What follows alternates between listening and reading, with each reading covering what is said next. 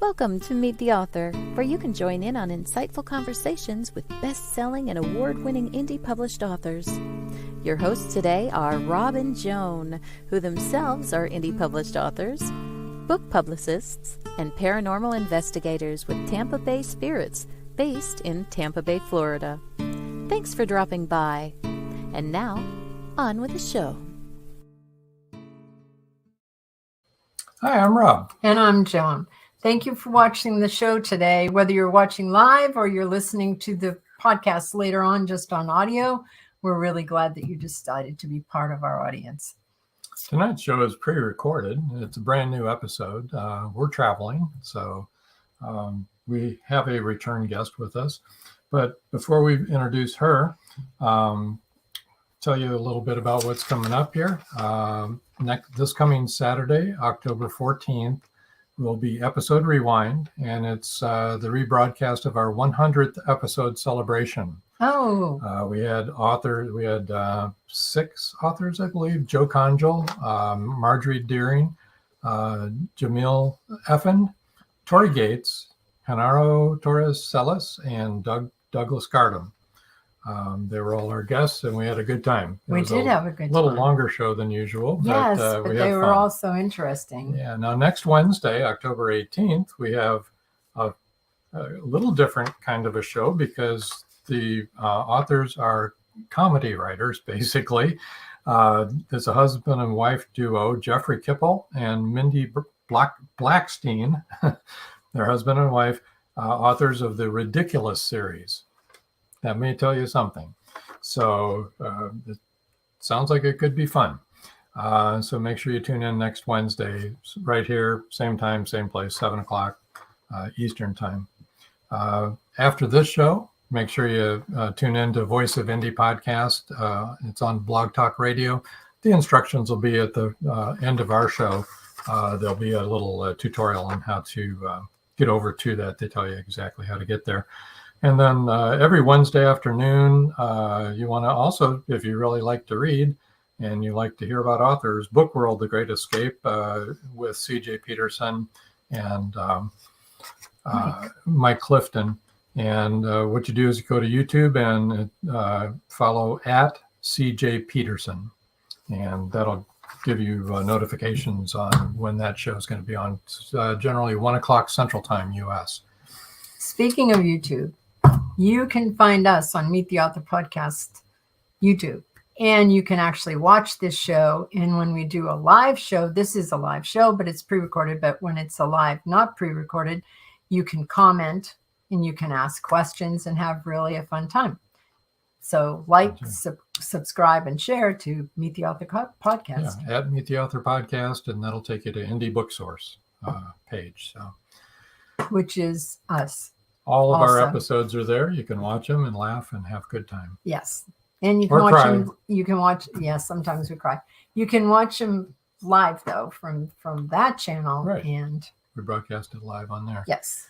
One of the many channels it's broadcast live on. So not too long ago, we had author Shelley HANSON on. And she writes under the name Michelle Hanson, but she's been known as Shelley Hanson her whole life. Right. And we found it to be fascinating, and she's got a whole lot more she'd like to tell us about. So why don't we bring her in? And plus, people asked a lot of questions that she'd like to Yeah. address that we just didn't have time. Right, because right. it's such a big It's a huge scope. subject and Yes. something most people don't know much about. So Yeah, including us. including us. So why don't we welcome Michelle to our stage? Hi, Shelley. Hi. Welcome Thank back. you so much for this opportunity to join everyone again. Oh, you're more than welcome. I'm sorry that we can't do it as a live broadcast because I know we had a lot of audience participation. People had questions and Yes. they Yes. had more questions, I think. So I can address some of those today. that's a good idea. I should mention ahead of time, I will be showing pictures. I will be showing shells. So anyone who's just listening and can't see what we're doing, please email me. I'd be happy to send any pictures. Just let me know what you want to see, and I'd be more than happy to send them. And also they can go and watch it on our YouTube as a video. True. And you can see the actual shells in live. And actually, you'll have the YouTube. Also, you'll have the video, which you can show on your website or wherever you're gonna embed it. So there are lots of places where people can see this video. Right. No, I was thinking when you mentioned the comics that you're going to be interviewing, you're literally covering everything from the ridiculous to the sublime. And Yeah. Pretty much. Yeah. Yeah, we've had some very deep subjects on with authors really talking about some deep things, and good mental illness and, yeah, grieving over a loss. And we've, very profound. yep. Yeah, it's been good. So along those lines, first of all, tell us what is a reading? What is reading shells? Okay. So what we established in the last podcast was the idea that seashells carry messages. And that comes from the behaviors of the animals or how they've interacted with humans throughout history. You can find something unique about each, and that's its contribution to the language. But to get a message, to do a reading, I wrote Ocean Oracle, and it's actually a boxed kit. And I just lost contact. Are you seeing me okay? Yep. Yes. I've got Ocean Oracle up. Okay, perfect. So that's a boxed kit, and it comes with, let me hold these up a little bit here, 2 full color posters.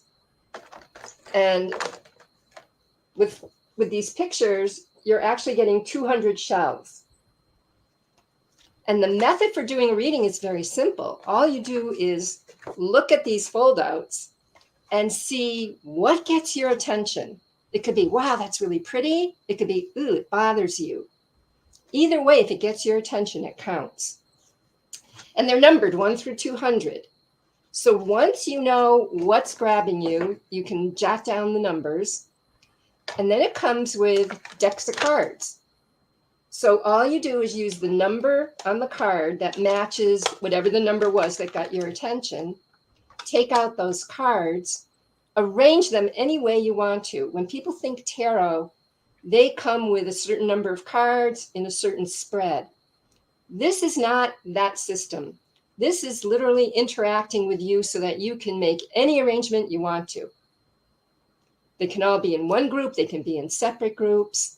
And then once you have your arrangement, you turn over the cards and the meanings are on the back. So once you have that arrangement, based on that, you string together the meanings, and that's what delivers the sentences and paragraphs of your message. Okay. So for instance, I thought I would share one reading to show you like how profound these can get. I was doing a reading back in 2008, and I was in Ohio. I lived in Massachusetts, but I was in Ohio for a psychic fair. Someone looking at this saw this shell that my finger's pointing to. Whoops, this one, 119. And just so you can see, that happens to be this shell. But when he saw it, he said, okay, I admit it. I'm interested in this shell. It's just the two of us. I'm thinking, who's he admitting this to? But this shell is called the wedding cake clam. Someone thought it looked like the icing on a wedding cake. Then he looked at the shells again, and with that, he saw this shell, which is called the crown conch, which happens to be, all the shells are my own shells. I just took pictures of them. So this is the crown conch.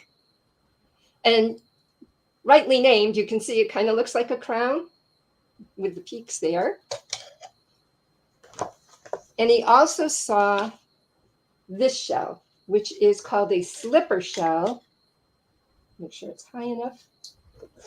And that's this shell. Someone thought it looked like a slipper you could slide your foot into. Sometimes they're called boat shells. So he's got the shell about wedding, but then he has the shell about the crown conch, which has to do with courtroom, lawyers, legal situations. And the slipper shell, now the slipper shell, we didn't get into this when we were talking about reproduction, but they live in colonies on top of each other. The smallest on top is male and the largest on the bottom is female. She's releasing a steady supply of hormone. She's the oldest. When she dies, the hormone level changes and the next male in line becomes female. So during their life cycle, they're all going to start off as male and end up as female. They get to experience life as both genders.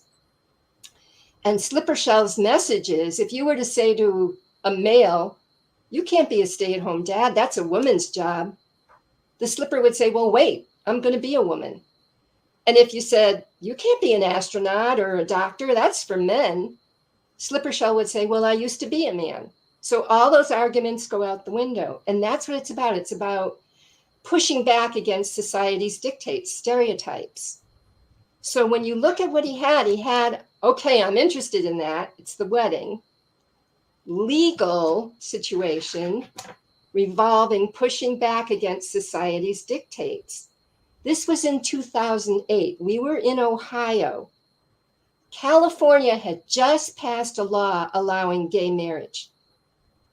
So when he was saying, all right, I admit I'm interested in that, this was his subconscious that he had pushed down, finally having it on his radar that it could be possible that legally he would be able to marry a same-sex partner.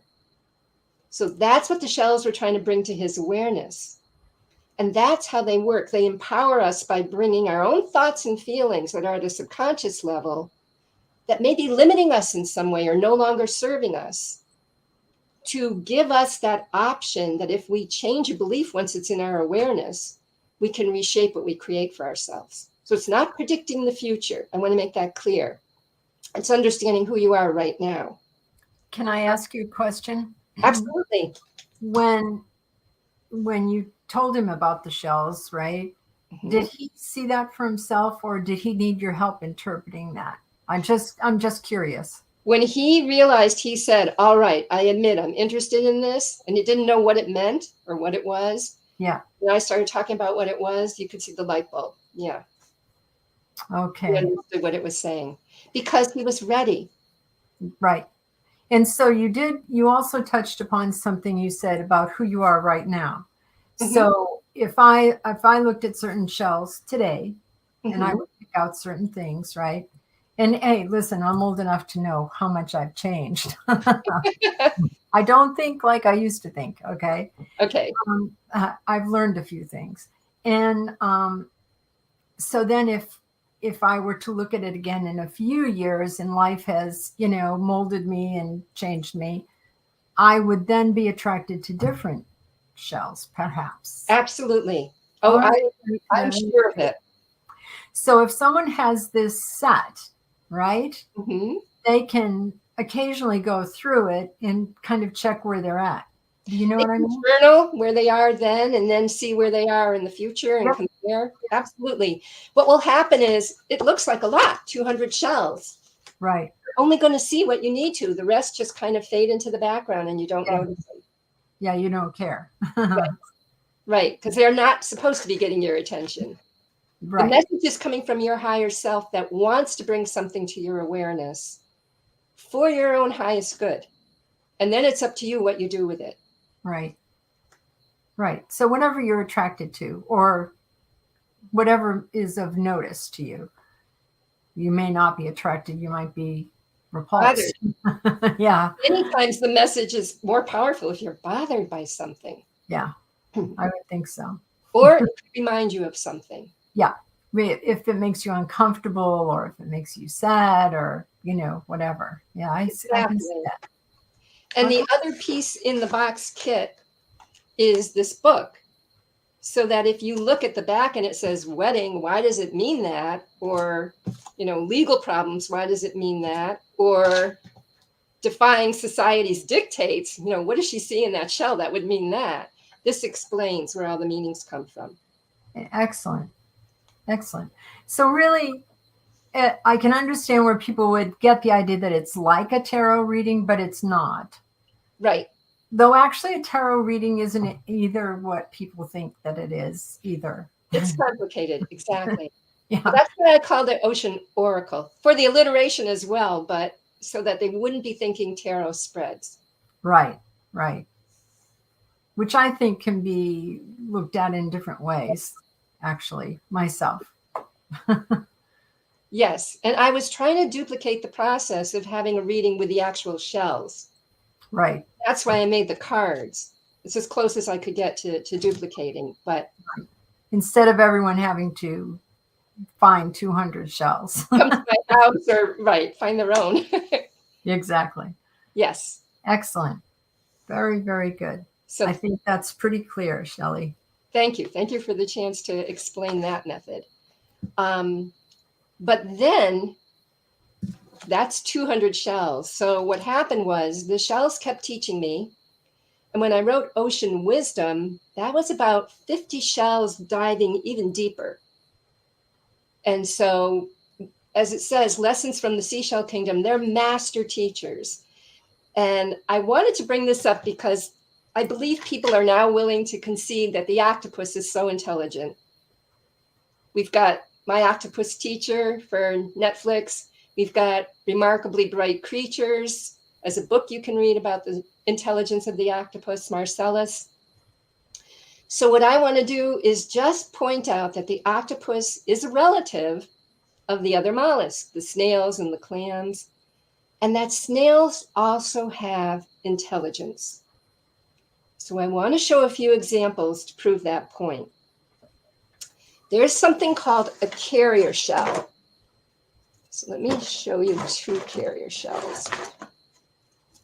Okay. So these are carrier shells. If you look underneath, you can see the relationship. But this one adds stones to its surface. This one adds shells to its surface. And there's a purpose for that. It used to be thought that this was for camouflage. But the reason I didn't think that was true is because there's one other carrier shell that I have. It's called the sunburst carrier. It hasn't added anything to its surface. So it's not camouflage. But these animals live on mud. And what this is doing is spreading out their center of gravity, sort of like a snowshoe effect, so they won't sink in the mud. So this one adds rocks. It's called the geologist for obvious reasons. And this one, you have to ignore the glass sponge. This one adds shells or whatever is in its environment. But what I want you to see, if you can, is the shells are all facing with the opening facing up. If these were randomly being added, some of these should be facing down because they're on mud. And if some of these were facing without the opening up, that would be catching in the mud. This animal is thinking about what it's doing. So if it needed to add another shell, if its body grows, it would have calcium that it's absorbed from the water, and then it extrudes the liquefied calcium, takes a shell with the opening facing up and holds it in position with its foot and its proboscis for hours until it's solidified. But what was really funny is one day I saw a picture of one of these carrier shells. They're called pallid carriers. And it's using what's in its environment. It used a bottle cap that it found in the ocean and attached it, but with the bottle cap facing up. So it, again, is thinking about how it's going to position these shells. Can you bring her up solo again? Would you show the other carrier shell again? Sure. So this is the geologist.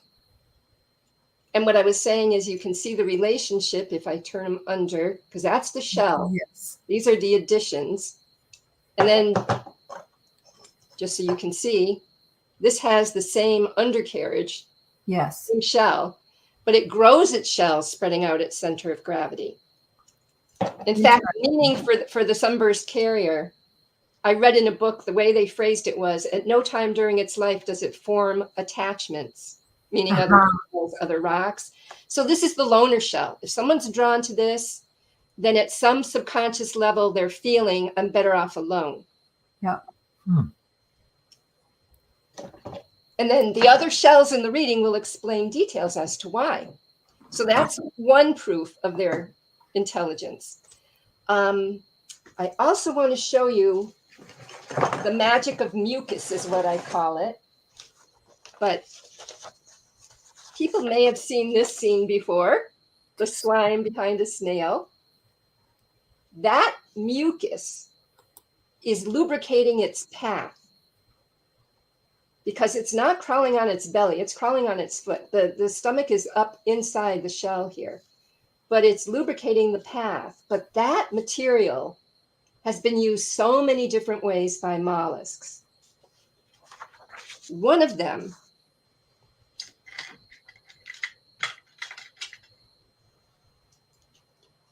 this little purple shell here.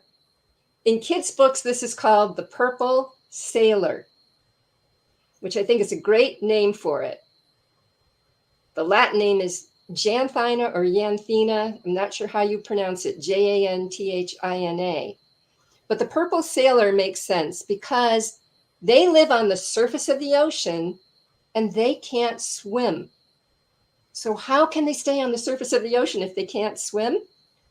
They use that mucus like glue, and they glue air bubbles together, and they build a raft. So this is a picture of the Janthina on its raft of air bubbles. If it got separated from the raft, it would drown. So it's clinging to the bubbles for its survival.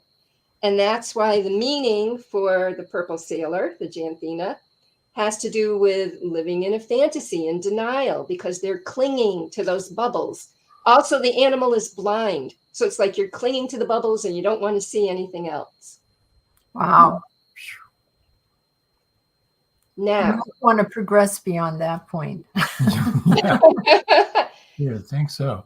The great thing about doing a reading is they could have had friends telling them, no, that's not the way things are. And they're blind to it. Yeah. But they are doing a reading and they've picked this shell themselves. And they're reading the back and it says, living in a fantasy world, clinging to the clouds, no desire to be shown anything different, a state of denial. That penetrates in a way nothing else could because they know they picked the shell. It's their message. Right. And they've seen that have more of an impact than anyone trying to tell them something. We need to take our first break. Okay. So we're going to have a little word from our sponsor here. Nobody go away. We'll be right back. It's 1919, and Eric Laska returns from the war in Europe. Two new enemies await him in the small coal mining town he calls home. One is a threat to his relationship with Rebecca, the love of his life. The other, a bloodthirsty beast, is stalking the mining town residents. The townspeople suspect Eric of one of the killings. An old man and Rebecca's 11-year-old sister have seen the beast, but only Eric believes their story. To protect the town and clear his name, he's forced to prove the werewolf exists. Available on Amazon. The Horror Within by Marjorie Swift Doring.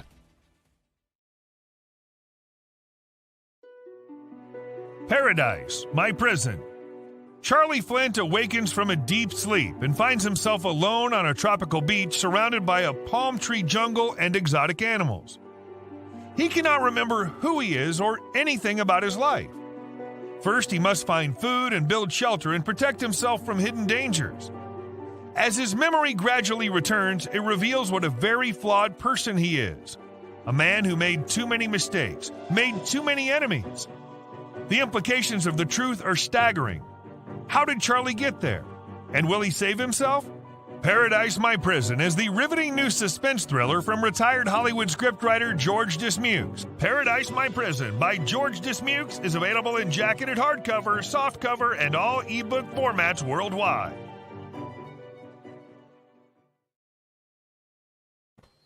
We're back. Hello. Hello. During this little break and segue here, why don't we tell people where they can reach you? And your website is oceanoracle.com, and that's OCEANORACLE. And I'm assuming all of the other places where they can reach you are found on your website. Is that a good assumption Yes, or no? that's Okay. a very good assumption. Yes. All right. So then you can be found on YouTube at Ocean Oracle 7611. And we all know none of us get to pick the numbers. They're assigned to us randomly. Facebook is Ocean Oracle MH. And of course, the MH stands for Michelle HANSON. Instagram is author Michelle HANSON, and that's MICHELLEHANSON. And last, but definitely not least, because this is how you can get in touch with her, is email michelle@oceanoracle.com. So, Thank you. yeah, please look her up, get in touch with her, ask her questions. She's happy to instruct people. She has. Happy. Yes, I know. I try my best to avoid shell shock because it ends up with information overload, I realize. But if you do have questions, please don't hesitate. If you have shell shock, go ahead and ask Shelley. Your books, they come in a kit, but if somebody wants the ebook, Yes. how is that going to be not work? Does that translate well? I guess I'm trying to say. Honestly, I didn't think people would want an ebook of Ocean Oracle. That's the one that's the kit with the cards. Mhm. Because you're not able to use the cards to their full capacity, but they're all there in the ebook. You can see the fold out, so you can still pick your shells, and you can see the cards with the backs of the cards, so you can see what they do mean, but you can also refer to the book to see what they mean. But as I said, you can arrange them any way you want to, and some people are artistic and can picture arrangements, but sometimes it is just literally the shells show up in the sequence they need to for your message, because they also are aware. It's your higher self. Your higher self knows what your abilities are. So if it is trying to deliver a message, it's going to make it as easy as possible for you. And you could just be looking linearly at the shells as they pop out, and that's the sequence that you need them to be in. Okay. So the ebook does work. Ebook works. Okay, that's Yes. the bottom line. That was my concern. I appreciate your asking that. but they'll probably have more fun with the kit I think so. because it's hands-on. Yeah. Yes. Well, some of us are very tactile and we like hands-on things. So, yeah, I can see And that. Ocean Wisdom, the same question. Ocean Wisdom, the hardcover book, comes with a guided meditation, but the ebook has that same, because it's just an audio Right. meditation. So it has a link where you can still get the same sound effects and everything for the meditation, so you don't miss out on anything with the ebook. Okay, great. That's awesome. And we all need some meditation. Right? Yes. Yeah, with your seashell partners. The very best of both worlds, meditation and spiritual partners. Let me ask you a question. Sure. How intelligent are snails? Okay, so we were starting to talk about mucus and how they use mucus. Mm-hmm. Wait till I tell you about this one. This is called a harp shell. You can kind Hold of on, we're going to put you up solo so people can see it really well. There you go. So this is a harp. It's called the ventral harp. This has the most amazing use of mucus. Well, not the most of all, because everyone's got their own special way of using it. But the harp, I want to show you what the animal looks like. So let me hold the shell here, sort of in the position of, Yep, everything's backwards. that's okay. Okay, so the point of the harp on this end, over here, is over here. Yep, Okay. No, over here. Sorry. okay. So the animal is over here. You can see the proboscis sticking up and the two eyes. Mm-hmm. But this whole thing underneath, this whole thing is its foot. It's huge. A crab is looking at all that meat and it's coming after the harp thinking, dinner for weeks, look at all that food. The harp has the ability to detach a little bit of its foot. It's not a huge sacrifice, it'll regenerate, but it does that like a salamander can drop its tail. And then that crab has a morsel to preoccupy the crab. The harp could get away. Instead, what these harps can do is while the crab is munching on that little bit of foot, the crab uses mucus, mixes it with sand, coats the crab, and the crab's oblivious because it's content with that little bit of foot, till all of a sudden the crab can't move with all that sticky, sandy mucus stuff. And then the harp eats the crab.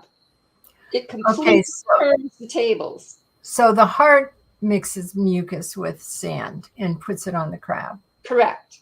All right. Wow. But first, it had to preoccupy the crab. So it gave up part of its foot. Right. So it's like a little sacrifice for a future reward. And then it eats. It's amazing, but that's what they can do. That's brilliant. What does that say about you if you're attracted to that shell? That, depending on the other details, it'll give you what the sacrifice needs to be. Uh-huh. But it's telling you, like, if you would make this little sacrifice, you could have a huge reward. There you go. Down the road. Yeah. Big dividends from a little sacrifice. Yes. Got So it. the intended victim will be the victor, a complete reversal. Present sacrifice for future reward. Now, you saw the raft, you saw the way they can turn the tables. Now I want to tell you about their compassion as well as their intelligence. That comes from this shell on the bottom. It's called the helmet conch. Well, actually, this shell is the helmet conch. Yeah. Okay, the animal's foot comes out through here. So this is the way they need to be to get around. I need to tell you that first. So the helmet conch was called that, I think, because people thought they looked like the helmets worn by ancient warriors. By the conquistadors. And yeah, it does resemble that. And so to me, this meant someone willing to fight for you, like an ally, someone on your behalf. And that was its message. Years later, I get this book by a biologist who is swimming under the water doing his recordings and observations. And he sees 3 helmet conchs. Whoops, I need this one more time. One is like this, and the other 2 are like this. And they're maybe 16 feet apart in a triangle.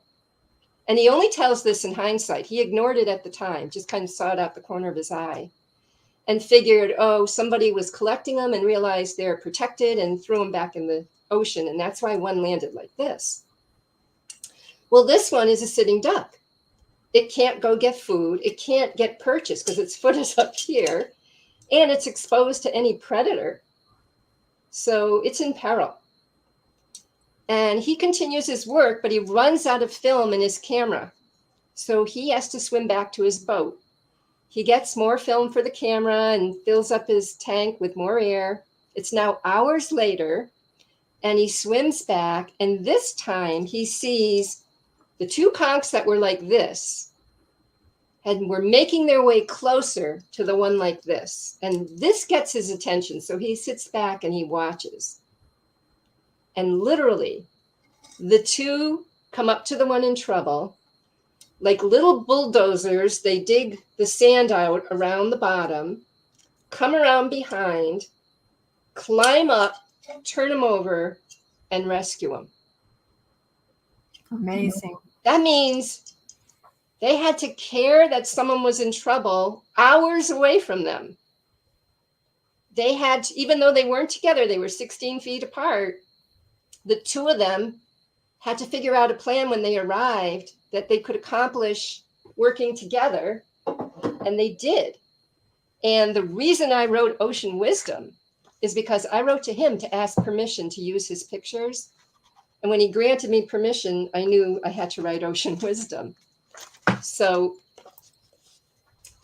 the top picture, you can see the one on its side that's in trouble and the two that have arrived. Yeah. The middle picture, you can see the sand where there's sort of been bulldozers and loosening them up. Yeah. The bottom picture is where they've climbed up, turned them over, and saved them. Wow. That shows not only intelligence, but also great compassion. And these are snails. Exactly. Amazing, isn't it? Crazy. Isn't it? I don't think people I think I can learn a lot from the animal kingdom. I really do. All animals, you know, it just blows my mind, the things they do. It's amazing. It is. And if we will allow that, they're mirroring who we are. We have the same light bodies. And I believe we come down to earth. Someone zips on a dog suit. Someone zips on a snail suit. Someone zips on a human suit. But inside, we're all these light bodies. And the animals are like holding up mirrors saying, remember who you are.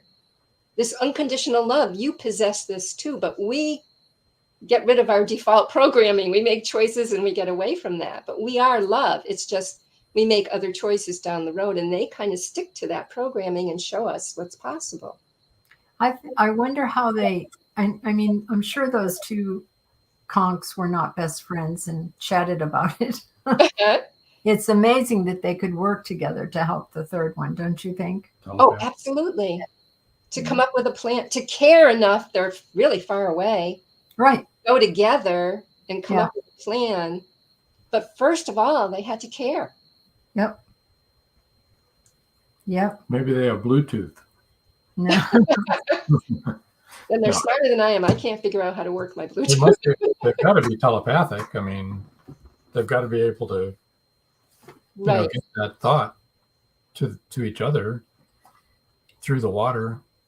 I've seen videos of whales and dolphins thanking people for cutting them out of a net that drowned them and stuff. And you know they're thanking them. They don't say thank you, but they flip their tail. They stand up and they make the effort to express their gratitude. Yes, and know what they're trying to say. You know. It's amazing. It really is. The things that we can see, if we would just open our eyes and notice.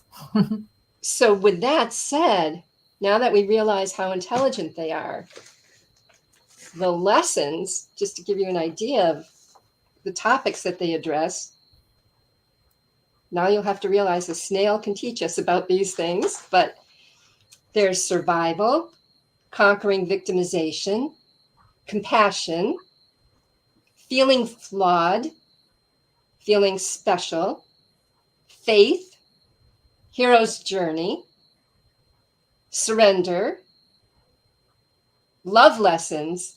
Oh, they teach about love. It's so fascinating.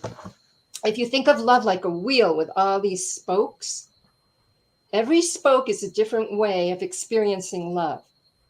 So there's a shell that addresses love as attention, love as quality time, possessive love, all these different types. And what we tend to do is pick one spoke. That's our spoke. And that's the only one we see on that wheel. So if I need you to show me that you love me through quality time, spend time with me, and you're sending me gifts, but you're never there, I don't feel loved. Or you're telling me you love me, but you're never there, I don't feel loved. So I feel starved for love because I'm only honoring that one spoke, quality time. And what the shells are saying is, if you were to get on the wheel, whatever spoke it takes, notice all the other spokes have equal value. Instead of feeling starved for love, you'll find that you have a feast. Very good. So that's their love lessons. They teach about judgment. They give you soul-searching questions about struggle and pride and vindication. Vindication is really important. When someone feels the need to be right, that's vindication.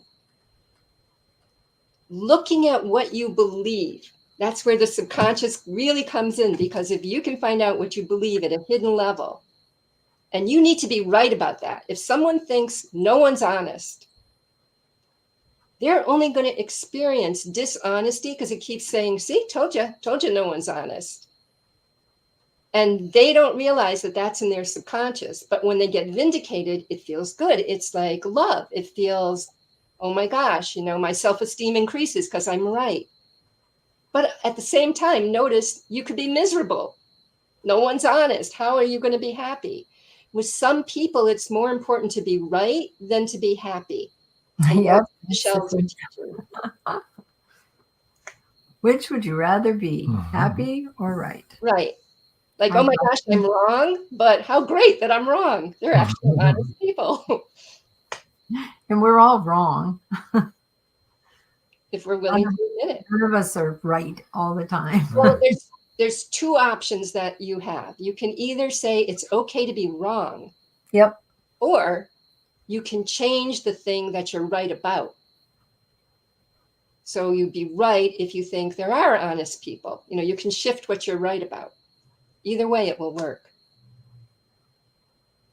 Interesting. Yeah. We need to take our last break. So if you all stick with us, we've got some more to talk about here. So here's another word from our sponsors. The clock is ticking. Can Gracie uncover the truth? Philip Pliant is the wealthy opportunist plastics dealer and CEO of Pliant Industries. He's also a master thief, creating a pervasive threat to the manufacturing infrastructure in the Caribbean islands markets. With the cartel as his stealth client, the naive city leaders have been seduced, enabling the production of more than three-dimensional building materials. The expected profits are monstrous. Is the art group, now led by Gracie and the family heirs, strong enough to win against this predator? Can JJ's cats act on the root cause analysis in time? Will Gracie be able to squash Pliant and the cartels? Gracie never considered their lives would hang in the balance. The clock is ticking. 5, 4, 3.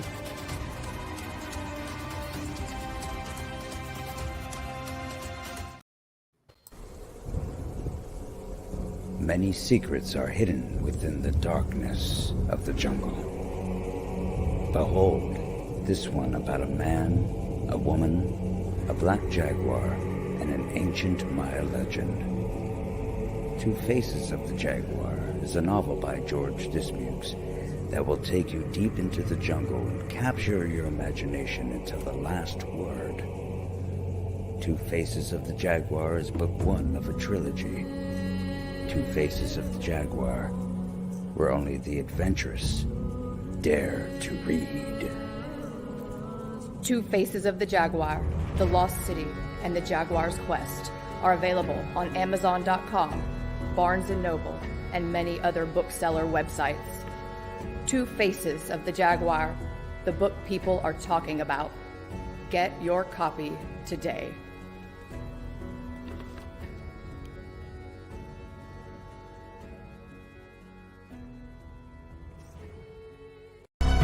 Madison Jackson loved being a cop. A young girl is raped and murdered near Burnett Reservoir. Madison vows to get justice for the child. Madison travels to the heart of Mexican cartel country. She is kidnapped, tortured. Will Madison ever make it home?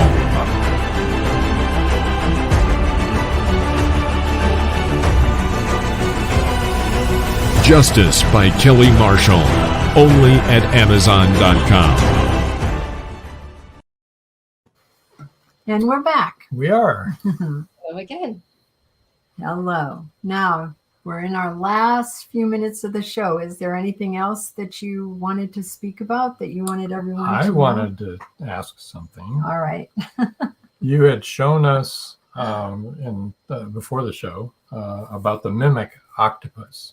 Yes. And I was wondering if you would tell us about the mimic octopus. Sure. Let me get that picture again. So now that people are aware of the octopus's ability to camouflage by changing color and texture, and the reason that's so important in their lives is their blood is copper-based. It's blue blood, which is not going to be very good at transporting oxygen. So they can't flee when they're being chased, but they shoot out ink, and that will put up like a smoke screen so the one pursuing can't see them. And there's also something in the ink I read that dulls the sense of smell. So if you can't see them and you can't smell them, they can hide in plain sight. And many people are familiar with the various forms of changing color and texture. But there's a species of octopus called the mimic. There's also one called the wonderpuss now. And instead of changing color and texture, they rearrange their body to look like other animals. And so I have some pictures here. The top picture is a mimic that kind of looks like a crab. The second picture below that is a poisonous sea snake, but it's actually an octopus, the mimic, putting out just 2 arms to mimic that deadly snake. And the bottom picture is a flounder or a flatfish. And you can see that there's no internal skeleton. So just that little sac, that's its whole body right there, right there. It has long, long arms, and it puts all the arms in the same direction, and it swims in an undulating motion and mimics a fish. Theory is that they can then blend in with a school of fish and help themselves to a couple.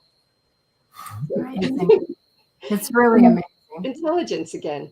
I told you I've watched octopus do crazy things, like walking on 2 feet, looking like a person walking on 2 feet. And you're like, okay, that's nuts. Absolutely. They're fascinating. But we digress. We do. Before we go, I would like, before you don't move forward or anything, but if you could show us that gigantic one. Oh. Sure. And what kind of shell is this? This is called an Australian trumpet shell, or Syrinx, Syrinx. And it is my largest shell. It's probably just about fully grown as an adult. That's amazing. Can you hear the ocean in that one? You can put your whole head in that Probably, one. yeah, probably the whole planet. The fascinating thing is, I was talking about the shells. When they grow their shells, they're always adding on a new layer, but they have the original one they started with. Mm-hmm. There's an exception to every rule, and this is the exception. When these are very young, there is a tip that's maybe this much longer that breaks off. It's the only shell that does that, because this is sealed. It's not like it broke. It's planned into their DNA. I have a couple of these. One is more of a juvenile, and this is the adult. It basically means that you can outgrow your childhood stuff. Interesting. Interesting. It is. It's really awesome. It's so, a beautiful shell. It's huge. It is. And I would be remiss if I didn't mention, so this shell, the one that I told you about rescuing its comrades, its meaning is about trust, knowing that someone's got your back. But most of the time when people look at that picture, they're bothered by that shell. If you're bothered by it, it means that your trust has been shattered. Like someone you thought had your back let you down. And what happens when someone's trust is shattered, two things. One is they can't delegate to anybody because they don't want to give them the power to let them down. But the other is they will never say no because they know how it feels to be let down and they don't want to be the cause of that. So they're taking on everything. They're not delegating anything. And eventually that means their standards are going to suffer. They're not going to be able to keep it up with all the things that they're taking on and not letting any of it go. So it's teaching you, like, how do you feel about trust? Very interesting. Really interesting. Very. Okay. So what anything else you'd like to share with us before we end up here? I want people to realize how intelligent and compassionate shells are. I want them to see that they have so much to offer us. They're teachers, not in a human body. They have so much to offer to help us navigate through life. Excellent. Well, thanks, Shelley. Thank you. Thank you for letting me amend last time so that I could add on information, because there's still a lot I would like to share, but at least I feel better about people understanding them better. Good. Right. Well, we're going to put you over to the side just for a minute. Move you over there. Yeah. Thank you once again. And want to remind everybody this Saturday, the 14th of October, is a replay of the 100th episode celebration. Lots of authors and lots of fun we had with that one. And then next Wednesday is the Ridiculous series we're going to talk about with authors Jeffrey Kipple and Mindy Blackstein. And they're a husband and wife duo that wrote that one. So it should be a very interesting evening. And let's see, that's the same time next week, 7 o'clock, Wednesday, Eastern time. And do you have anything you would like to add? Nope, I think we're good. All righty then. So I guess until next time. That's all, folks. Bye.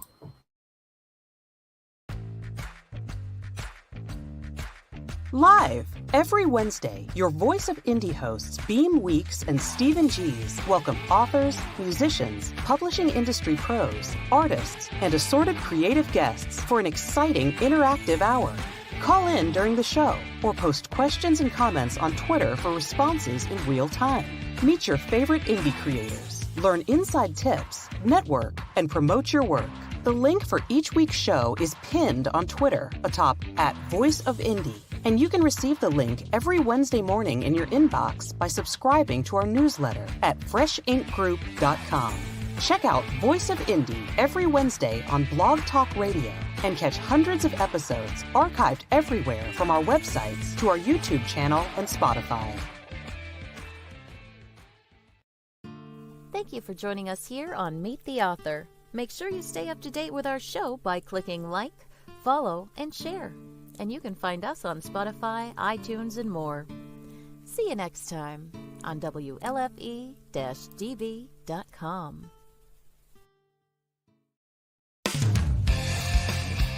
You've been listening to WLFE-DB.com, where our shows are your shows.